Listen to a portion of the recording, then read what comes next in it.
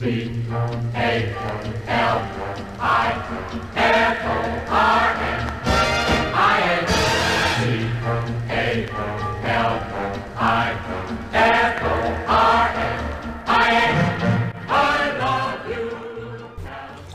my name is Bill.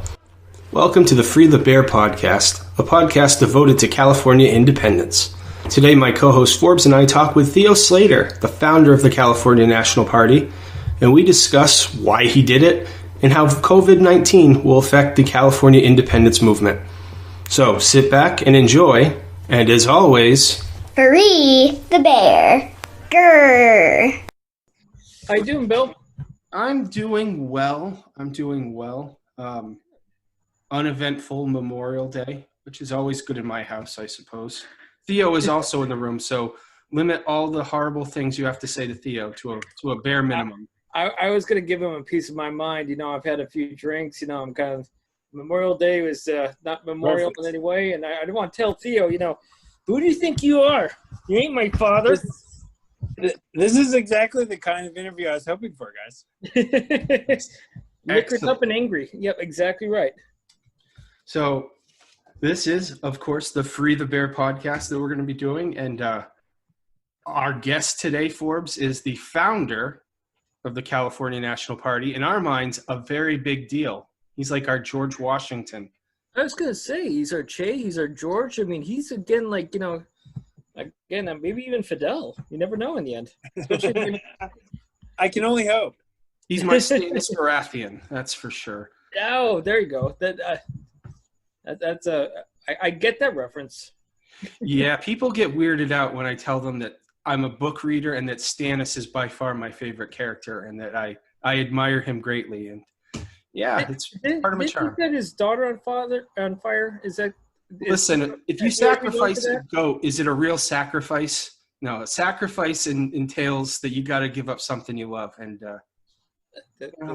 this is all true. And by the way, again, like I would just say too that you know, if sacrifices have to be made for a new California, Theo, you got to step up to the plate, pal. Be that Stannis. I guess my first question for you, Theo, is why did you decide to start a political party for California independence? All right, so let's go back to 2014. And at the time, we have a president who is not telling people to inject disinfectant. However, that president is starting wars. You know, that president started wars with Libya and with Yemen and, you know, horrible drone strikes. There was a calculation that only about 10% of the people who die in drone strikes are the target, and the rest are people that the U.S. is randomly murdering. That, of course, they just call collateral damage. And who pays for that? You know, who pays for all these poor people on the far side of the world to get killed? We do. And so back in 2014, I was thinking about, you know, what could I do? I had just finished reading a book called Black Jacobins about the Haitian Revolution. And, you know, in that story, you know, people overcome challenges far greater than mine. They have to break their chains before they can rise up. And so I wasn't even in chains. And so I was thinking, like, what's my excuse for paying my money every year into this machine that is destroying the world, not just with guns and bombs, but also with pollution and, you know, overconsumption and all of these other ways that America harms the world. And so I was thinking, well, if I could get California, this progressive model for what America could have been if it hadn't been born into the world with slavery, genocide, and war, it might have been able to be California.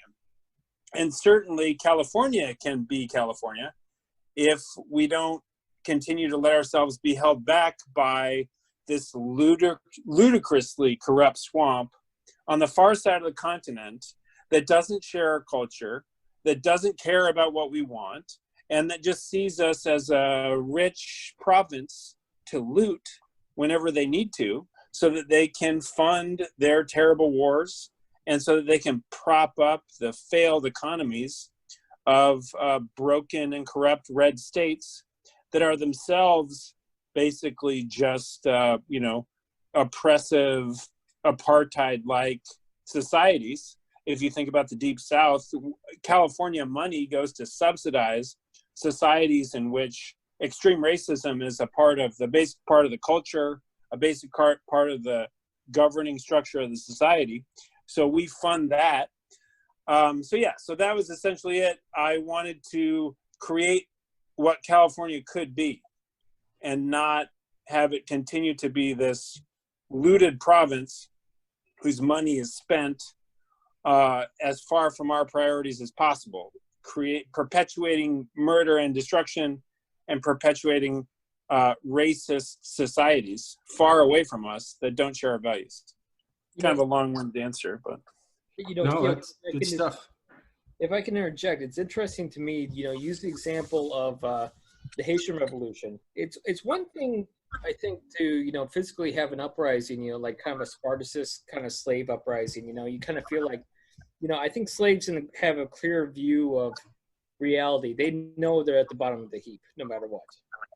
And it was interesting you brought that up, because I think that there's a big thing where we have to kind of break the chains of almost a mental slavery here, because America is always promoted as like the best country, the best thing. It's a force for freedom. We won World War II. Ignore the 27 million Soviet deaths, but we won World War II single-handedly in our rewriting. And then also, again, at the same time too, you're actually talking in a way like a far-sighted culture with a distant capital who is leading us to pay for warfare. It sounds exactly like 1776 to me. Absolutely. And what is Trump if not George III? I mean, this dude, he's incompetent, greedy, corrupt, incredibly stupid, mildly insane. I mean, I can't think of a better model for liberation than the American Revolution, except that, maybe don't build in slavery into your Constitution. Maybe don't try and kill all the native peoples. There are some real problems with the American Revolution, but I think that California's quest for independence can draw on that tradition also, in spite of its many flaws. And I mean, even World War II, let's look at World War II. Hundreds of thousands of people are interned in concentration camps in America on the West Coast just for the color of their skin, because of where they're from. Yeah. The American Army was not integrated. So you had white officers commanding black troops. Mm-hmm. You had black people having to fight in unequal conditions with unequal pay. I mean, I think World War II is one of those situations where America was not the most evil monster in the world, because Nazi Germany was obviously worse. And a lot of people would say Soviet Russia, especially under Stalin, and I would agree with them, was worse than America. But America was still bad. And America has never been able to live up to the hype. America is a racially and class stratified, patriarchal, extremely bigoted society. And Trump has ripped away the mask of civility, where the Americans pretended they were a forward-thinking people. But, the way that they're talking about, wanting to kill a doctor who's just trying to keep them alive, the way that they're protesting, like they want to speak to the manager of a virus, like there's this delusional character to the American psyche, where the slightest inconvenience to the people at the top of the pyramid is somehow a fundamental threat to their human rights. I mean, like, you see people in Ferguson a few years ago holding up signs like "Stop murdering us," and you see people now, the Trump's people, holding up signs saying, "I want to play golf." And it's like, one of you has a valid fundamental concern about your basic human rights, and the other one, you just need to go home so you don't die. Yes, no, it's very true. But I think also, again, if we kind of take a step back, like, from the British Empire to the United States of America was a jump. And I think that maybe California is going to make that next jump. I think it's just that, again, we had a society that in some ways was more progressive than the other ones. I mean, the British Empire was better than absolutist France, for example, right, or Tsarist Russia at the time. Absolutely better. But again, it was not fair, and other people had to kind of, take the torch of liberty and kind of move it forward a few steps. Even again, if we can really just kind of, there's so many problems with right. And I think you make a great point. I mean, another liberation tradition that I want to draw upon is that of the Californios who declared independence from Mexico in 1836. Mm-hmm. And that is California's first taste of freedom. And that's a historical tradition that I also want to draw upon, that also pays homage to the Latino Californians who are the bedrock of our society, who predate most of us. So, I mean, there are a lot of liberation traditions. I think drawing the best pieces from all of them is the way to go. I think that we can point to the American Revolution as being a precursor to an even better, more peaceful and democratic revolution that we need to have in California. But I think we should also look at the independence tradition of 1836, and to a lesser degree, the independence tradition of 1846, though the 1846 thing was more of a Trojan horse for the Americans, unfortunately. Now, Theo, we were talking a little bit about the coronavirus. How do you think that is going to affect the California independence movement?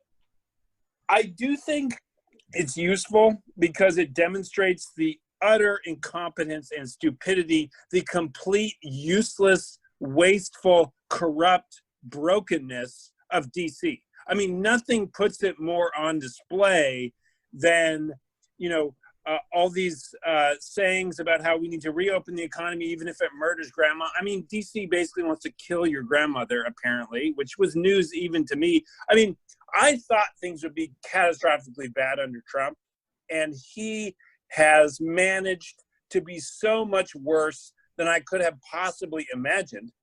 So you have like a federal government that is completely abdicating any responsibility.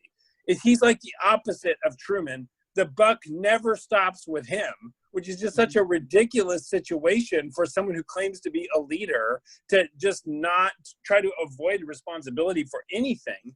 And so we just have this, I mean, I've never seen a better example of the federal government being broken and useless, where thank God we live in California because we have a governor who actually wants to keep us alive, who actually cares about us. We have a government in California that actually wants our people to prosper and cares about our well-being.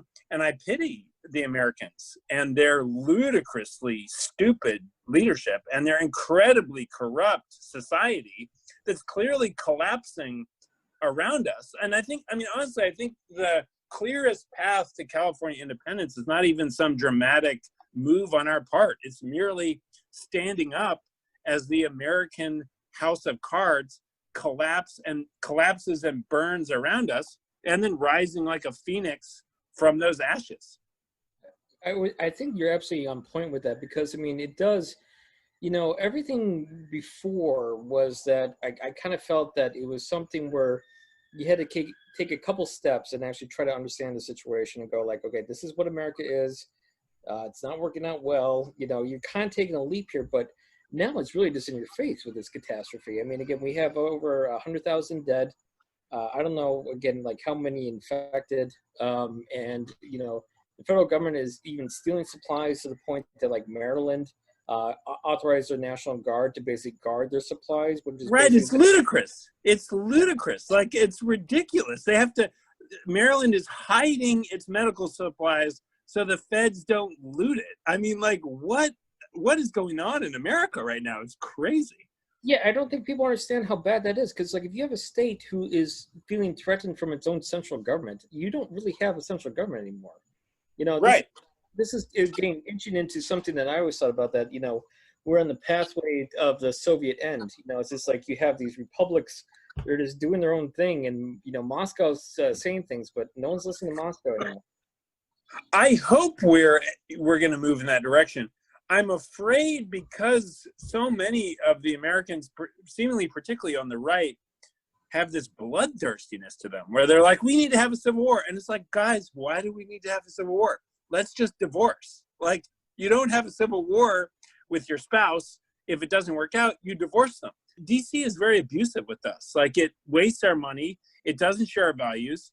And I think we kind of have the inversion of what was going on in the civil rights movement, where I think during the civil rights movement, I think you can accurately say that the federal government was trying to drag these deep South, incredibly racist societies, drag them kicking and screaming into the 20th century.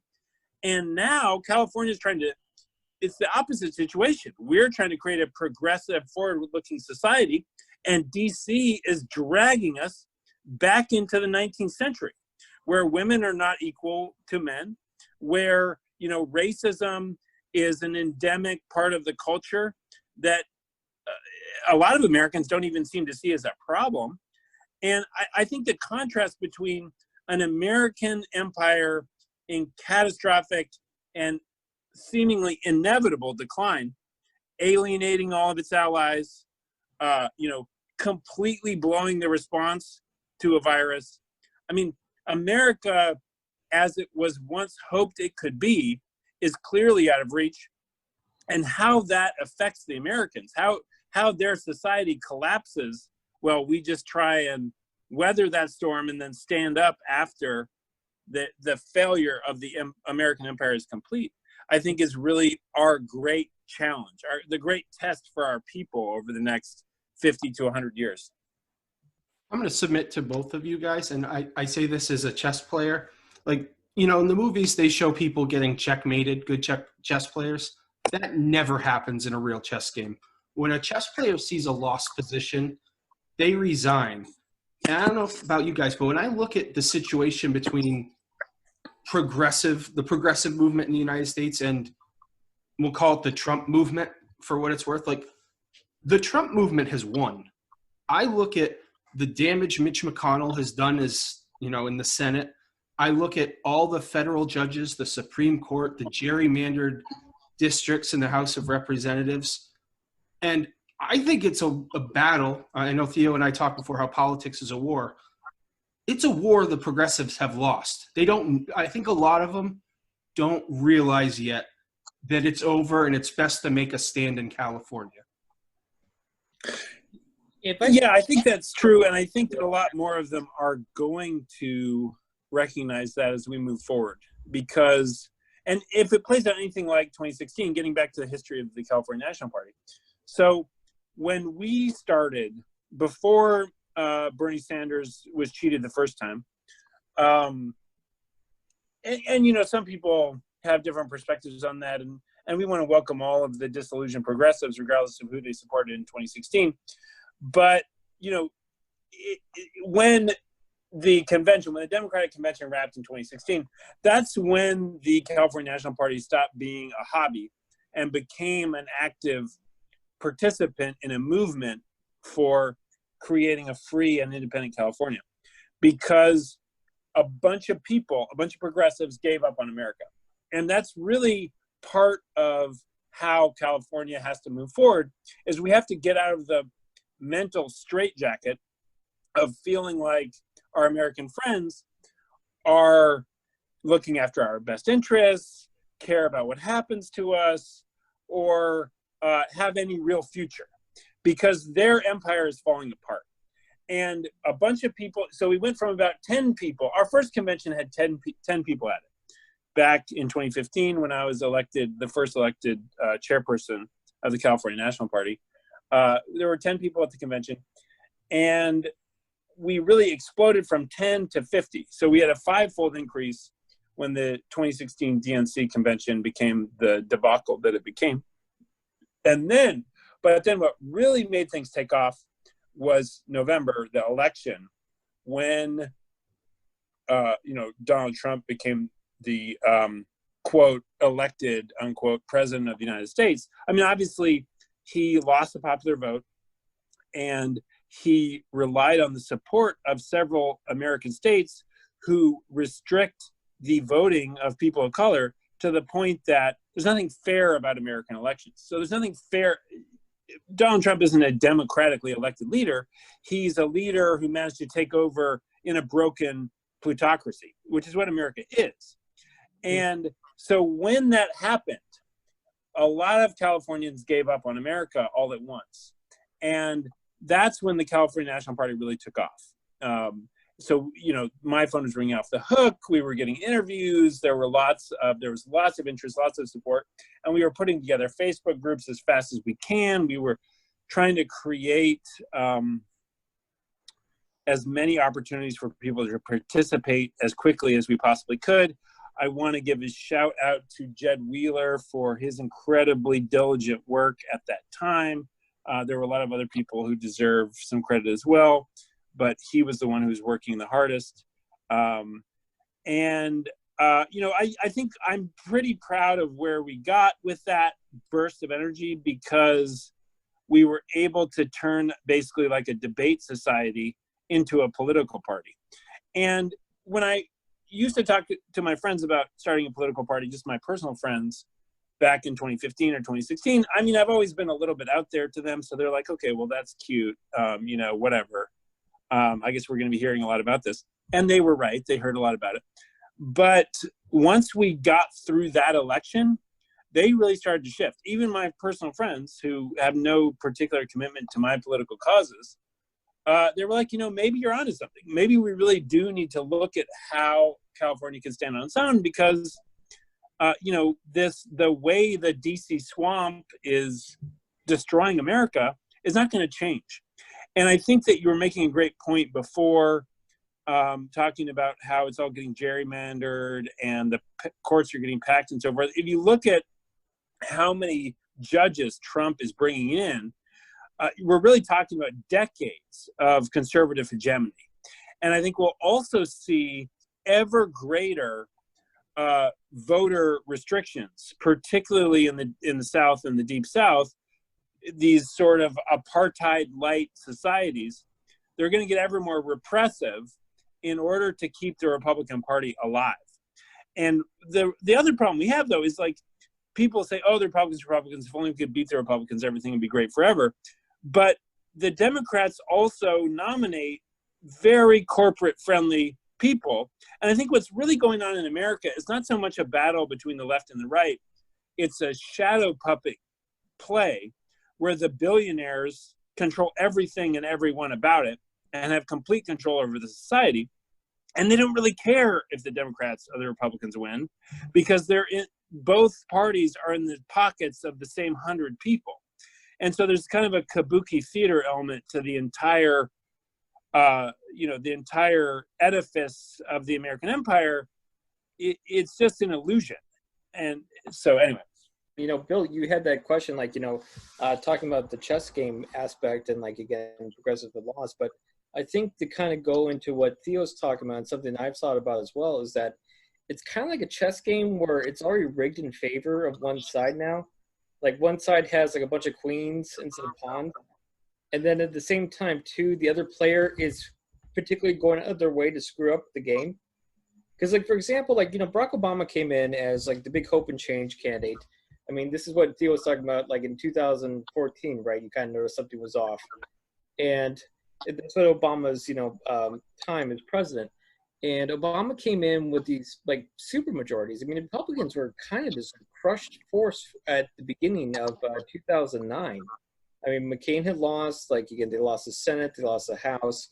I think that the Democrats had a majority of governorships, blah, blah, blah. So, again, you would think that there would just be this liberal wave of enthusiasm and change as Barack promised. And what Barack gave us was this weird armistice with the healthcare industry that later led on to another, again, kabuki theater type element of, well, all of a sudden, all these Tea Party people all of a sudden came out of the woodwork and were, going to fight this big bloated government led by this, socialist Kenyan.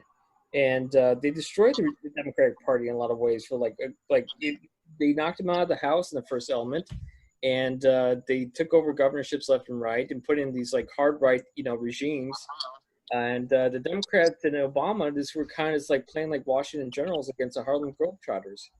They had fell apart. So this whole idea, again, it's a fair exchange, or again, a progressive chess master versus a conservative. I think it's just the same person, and when he decided to play with queens at the one, because he stuffed every court, he stuffed every race, he stuffed every ballot, it's a pretty ridiculous display. And I think now we're even hitting another level of ridiculousness with this, this Pernenko of Biden, who is, barely functioning, and they propped him up because, again, he's like the safe pair of hands right now.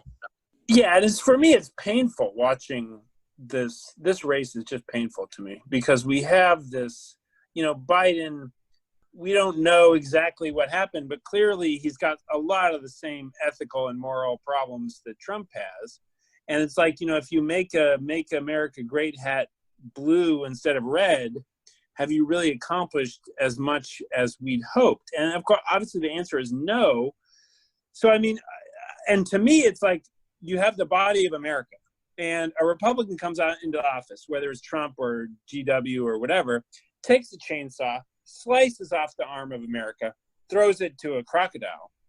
A Democrat comes in, puts a light layer of gauze over that arm that's, bleeding out. And then another Republican comes in and chops off the other arm with the chainsaw. It's such a clearly unsustainable system. The system of checks and balances is so profoundly broken. I just don't see, I don't see how much longer America can last. You can only have so many, as Rome proved, you can only have so many mad emperors before everything falls apart. And I think we're really much closer to that. I think COVID-19 has really accelerated that process, where a lot of the stuff that I thought would take decades is happening in months. Mm-hmm. And, we're going to go into this Great Depression, essentially a Great Depression 2.0. And I really don't see how the Americans pull it off, because the leadership vacuum of this kind of weird, psychotic megalomaniac who is seemingly just trying to profit all the time. Like he owns a bunch of chloroquine stock or whatever. So he hypes this kind of deadly drug that seems to kill as many people as it helps. He always puts foreign leaders up in his own hotels. We're really seeing the monetization of the presidency. And I think that will also lead to another catastrophic development, which is kind of the reality TV presidency, where a lot of people, I think a lot of Americans think no matter who's in the White House, it's not going to help them. So they might as well be entertained. And I think Trump is the beginning of, and he's showing these other billionaires or billionaire wannabes, as he may be, that you can really monetize the presidency. If you're a charismatic psychopath, you can turn the presidency itself into this economic opportunity. And it's such a hallmark of what I call pirate capitalism, where you have the mentality of pirate capitalism is loot, loot, loot, and then loot. Like if you can just get all the money and get out before the whole thing explodes and buy your island and go to conferences in Davos or whatever, you don't have to care about this empire that you're destroying. Yeah, no, again, it's just that the old presidents, were a bunch of very rich, very white men, and they were in positions of power, but there was some sort of sense of, I don't know what you call it, like, this is, an obligation, or again, some kind of sense of like, this like, keeping the country together. The Roosevelts, again, like, and other people, like, they're very, again, rich people, but they didn't have this sense of like, I'm going to steal the silverware off the White House, dinner table and run off with it. Or like, right. Everything possible to get monetized, like you say. And, right. I think also, Trump has kind of unfortunately shown the way in some regards. I think Mike Bloomberg, his campaign was kind of a hesitant hint that Bloomberg kind of picked up on that pattern too and was trying to cash in on it. But then unfortunately, Elizabeth Warren basically just, nuked him before he got anywhere near it. By the way, I got to have a little New Hampshire pride. Franklin Pierce, only president from New Hampshire, did lose the White House silverware in a poker game. Also,